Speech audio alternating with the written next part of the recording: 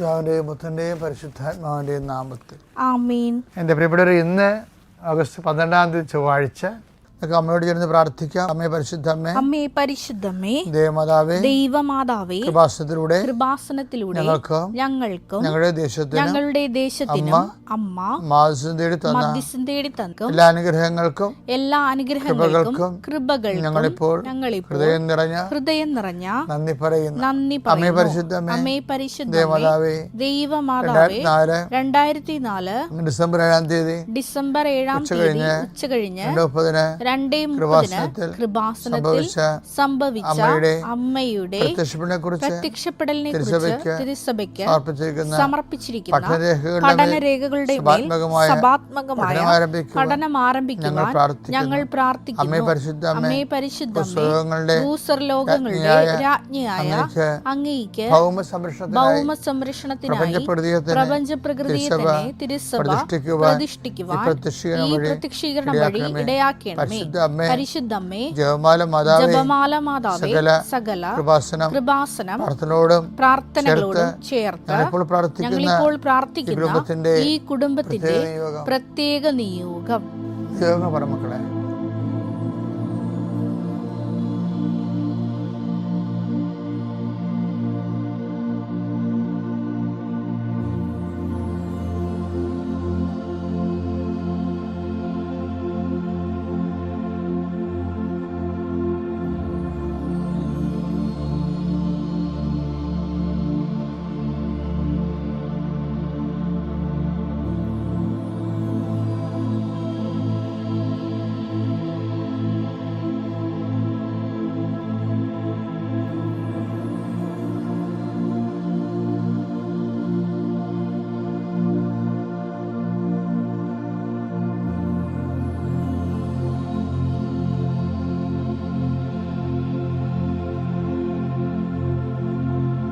അമ്മയുടെ പ്രത്യക്ഷീകരണത്തിന്റെ ഈ അനുഗ്രഹവേളയിൽ ഞങ്ങൾക്ക് സാധിച്ചു തരുവാൻ കനിയണമേ. വിശ്വാസ പ്രമാണം.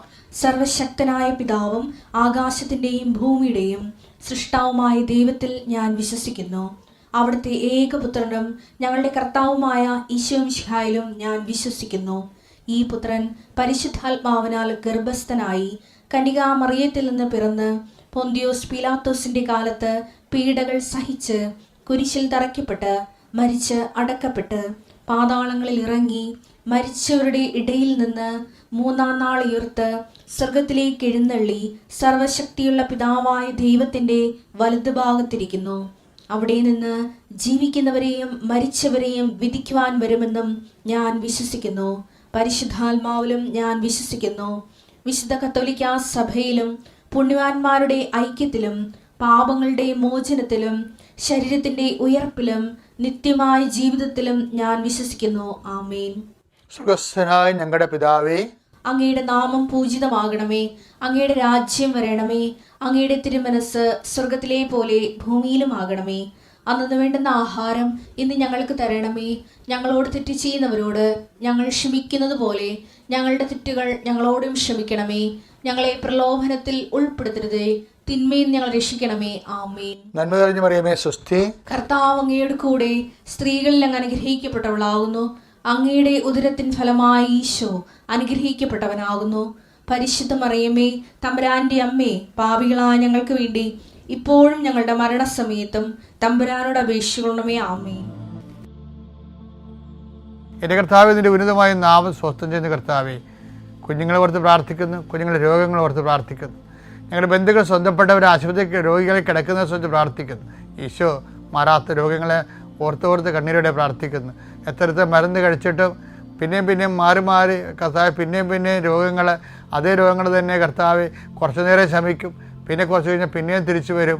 എന്തിനാണെന്നറിയാൻ പോലെ അത് മനസ്സ് കലങ്ങി ഇടിഞ്ഞു പോയവർ കർത്താവിൻ്റെ രക്തത്താൽ യേശുക്രിസ്തു നാമത്തിൽ ഈ നിമിഷം സൗഖ്യം പ്രാപിക്കട്ടെ എന്ന് പ്രാർത്ഥിക്കുന്നു. ഈശോ കടകമ്പോളങ്ങൾ നടത്തുന്നവർ, ചെറിയ വ്യവസായങ്ങൾ നടത്തുന്നവർ, അതുകൊണ്ട് കുഞ്ഞുങ്ങളെ പഠിപ്പിക്കുന്നവരും കുടുംബം പോറ്റുന്നവരും അവർക്കുണ്ടാകുന്ന തടസ്സങ്ങൾ യേശുവിൻ്റെ നാമത്തിൽ ഞാൻ ബന്ധിക്കുന്നു. വിൽക്കാനുള്ള വസ്തുക്കൾ, വാങ്ങാനുള്ള വസ്തുക്കൾ, അതുപോലെ തന്നെ വെക്കാനുള്ള പുരകൾ, പുരയുടെ പുര വെക്കാനുള്ള സ്ഥലങ്ങൾ എല്ലാം കർത്താവിൻ്റെ പരിശുദ്ധമായ രക്തം തളിച്ചുകൊണ്ട് അത് നാളുകളായി നിലനിൽക്കുന്ന ദോഷങ്ങളെ യേശുവിൻ്റെ നാമത്തിൽ ബന്ധിക്കുന്നു. നിൻ്റെ യാത്രകളെല്ലാം ലക്ഷ്യങ്ങളെല്ലാം കർത്താവ് അനുഗ്രഹിക്കട്ടെ. നിത്യം പിതാവ് പുത്രനും പരിശുദ്ധാത്മാവിലും നയിക്കുക. ആമേൻ. നിങ്ങൾ അറിയാത്തതിനെ ആരാധിക്കുന്നു, ഞങ്ങൾ അറിയുന്നതിനെ ആരാധിക്കുന്നു. ആരാധനയുടെ പ്രധാനപ്പെട്ട ഒരു കണ്ടൻ്റാണ് അറിവ്. യോഹന്നാൻ 4:22 നിങ്ങൾ അറിയാത്തതിനെ ആരാധിക്കുന്നു, നിങ്ങൾ അറിയാത്തതിനെ ആരാധിക്കുന്നു, ഞങ്ങൾ അറിയുന്നതിനെ ആരാധിക്കുന്നു. അറിയുന്നതിനെ ആരാധിക്കും. പക്ഷെ അറിയുന്നതിനെ ആരാധിക്കുമ്പോൾ എന്താണ് റിസൾട്ട്? എന്താണ്? രക്ഷ യഹൂദരിൽ നിന്നാണല്ലോ. അറിയുന്നതിനെ ആരാധിക്കുന്നതിൽ നിന്നാണ് ക്രിസ്തുവിനെ കിട്ടുന്നത്. രക്ഷ എന്ന് പറഞ്ഞാൽ എന്താണ്? ലുക്ക 2:30 എല്ലാ മനുഷ്യർക്കും വേണ്ടി ഒരുക്കിയിരിക്കുന്ന രക്ഷ ഞാനെൻ്റെ കണ്ണുകൊണ്ട് കണ്ടിരിക്കുന്നു. അപ്പോൾ രക്ഷ എന്ന് പറയണത് ആരിൽ നിന്നാണ് വരണത്? ക്രിസ്തു ആരിൽ നിന്നാണ് വരണത്? ആർക്കാണ് ക്രിസ്തുവിന് അനുഭവവേദ്യമാകണത്? അറിഞ്ഞ് ആരാധിക്കുമ്പോഴാണ്. അപ്പം അതുകൊണ്ടാണ് നമ്മൾ ജപമാലയൊക്കെ പ്രാർത്ഥിക്കുമ്പോൾ ശവപ്രാണത്തിന് മുമ്പ് നമ്മൾ പ്രാർത്ഥിക്കുന്നത് ഈ ജപം ഭക്തിയോടും ശ്രദ്ധയോടും കൂടി ചെയ്യുന്നതിന്. അപ്പോൾ നിങ്ങൾ അധികം വാരിക്കെട്ടി പ്രാർത്ഥിച്ചില്ലാലും ചെയ്യണ കാര്യങ്ങൾ ഭക്തിയോടും ശ്രദ്ധയോടും കൂടിയാണ് ചെയ്യേണ്ടത്. ഇപ്പോൾ ഞാൻ കഴിഞ്ഞ ദിവസങ്ങളിൽ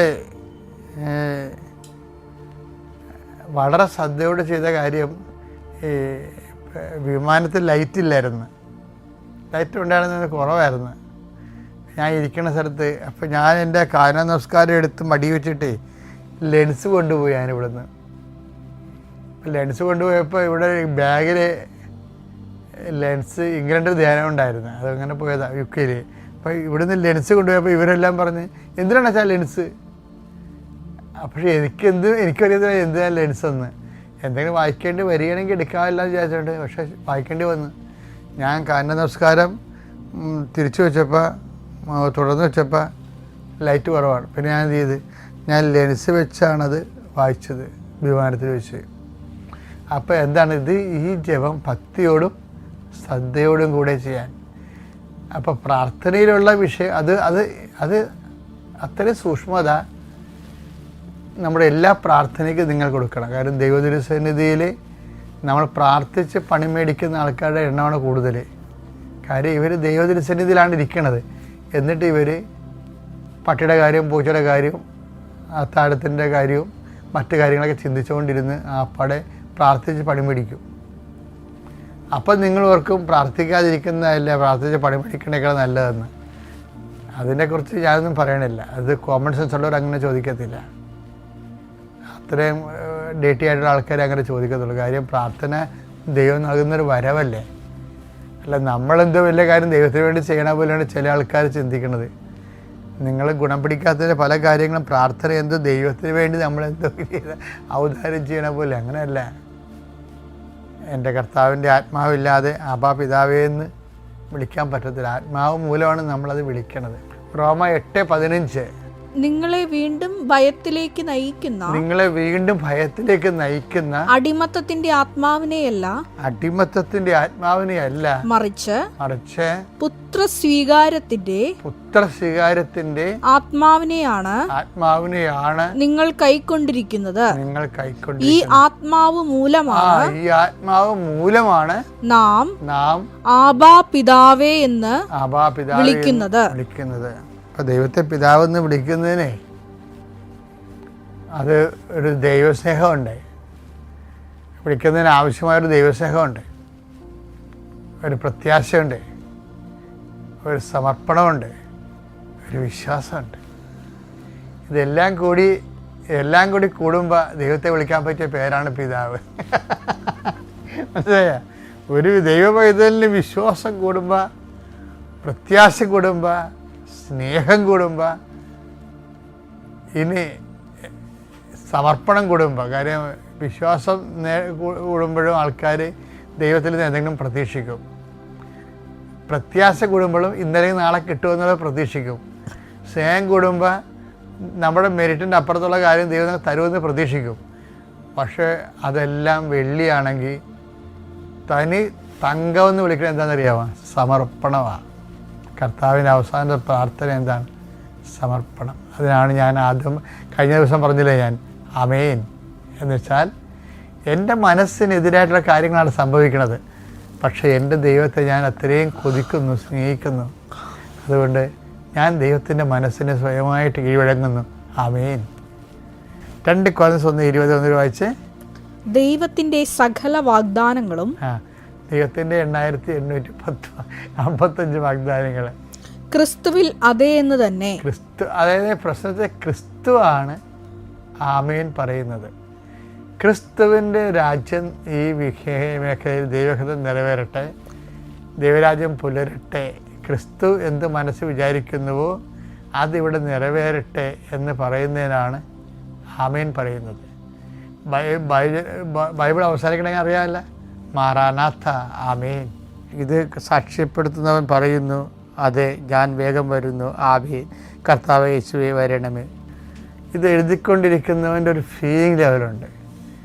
അവൻ കർത്താവിനെ പ്രസൻ്റായിട്ട് അനുഭവിച്ചുകൊണ്ടാണ് അവൻ പറയുന്നത് ആമേൻ പറയണത്. ബൈബിൾ എപ്പോഴും വായിക്കുമ്പോൾ അതിൻ്റെ ഫീലിംഗ് ലെവലൊന്ന് ടച്ച് ചെയ്യാൻ വേണ്ടി നോക്കണം. അതിനാണ് ഈ ബൈബിൾ പഠിക്കണത്. ചില ബൈബിൾ മലയാളത്തിൽ എഴുതിയ വായിച്ചാൽ മനസ്സിലാവില്ല, അങ്ങനെ വായിച്ചാലേ. അതിൻ്റെ ഫീലിംഗ് ലെവലാണ് പ്രധാനപ്പെട്ടത്. ഇപ്പോൾ പറഞ്ഞില്ലേ കർത്താവേ വരണമേ എന്ന് പറയുമ്പോൾ അയാളിത് അവസാനിപ്പിക്കുകയും വെളിപ്പാട് യോഹന്നാനിലൂടെ ഒഫീഷ്യലായിട്ട് അവസാനിക്കുകയും ഇപ്പം എല്ലാവർക്കും വേണ്ടി, രക്ഷിക്കപ്പെട്ട എല്ലാ ജനങ്ങൾക്കും വേണ്ടി ഈ അപ്പോസ്തലൻ പ്രാർത്ഥിക്കലാണ്, മാറാനാഥ, ഞങ്ങൾ കൊതിയോടെ കാത്തിരിക്കുന്ന കർത്താവേ വരണമേ. ആമേൻ.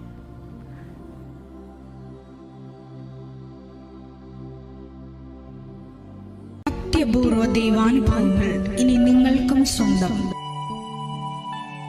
ഈ യൂട്യൂബ് ചാനൽ ഇതുവരെ സബ്സ്ക്രൈബ് ചെയ്തിട്ടില്ലെങ്കിൽ ഇപ്പോൾ തന്നെ സബ്സ്ക്രൈബ് ചെയ്യുക.